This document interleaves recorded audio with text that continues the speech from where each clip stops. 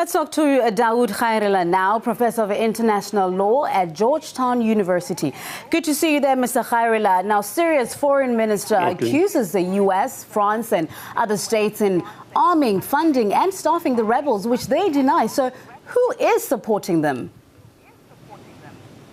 I think it's obvious that there is a foreign power that is supporting the armed rebels inside.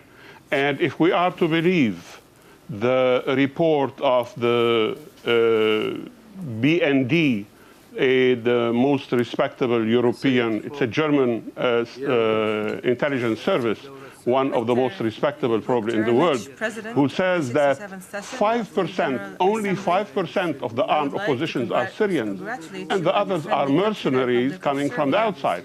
This is a huge violation of international law, of the sovereignty of Syria, a distortion of the reason for which the uprising had taken place, destroying the national economy, destroying the most precious treasures of Syria, like the souk. It's one of the oldest covered souk in the world in Aleppo.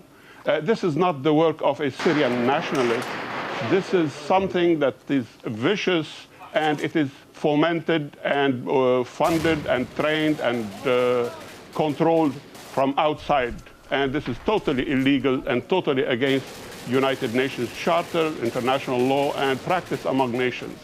Now, as you know, the West is determined in its backing of the Syrian rebels. But where does the close American ally Israel, where is it? Could it possibly, this possible new regime in Syria, be a dangerous development for Israel? I think there might be making a huge mistake again. I mean, they hold it against Mr. Assad opposing the Israeli domination and supporting the resistance. We have to remember that Syria has an occupied, large piece of Syrian land is occupied by Israel.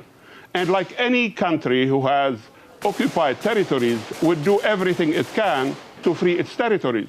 And there were negotiations between Syria and Israel. They were very close under Mr. Rabin's rule to come to an agreement, to a settlement.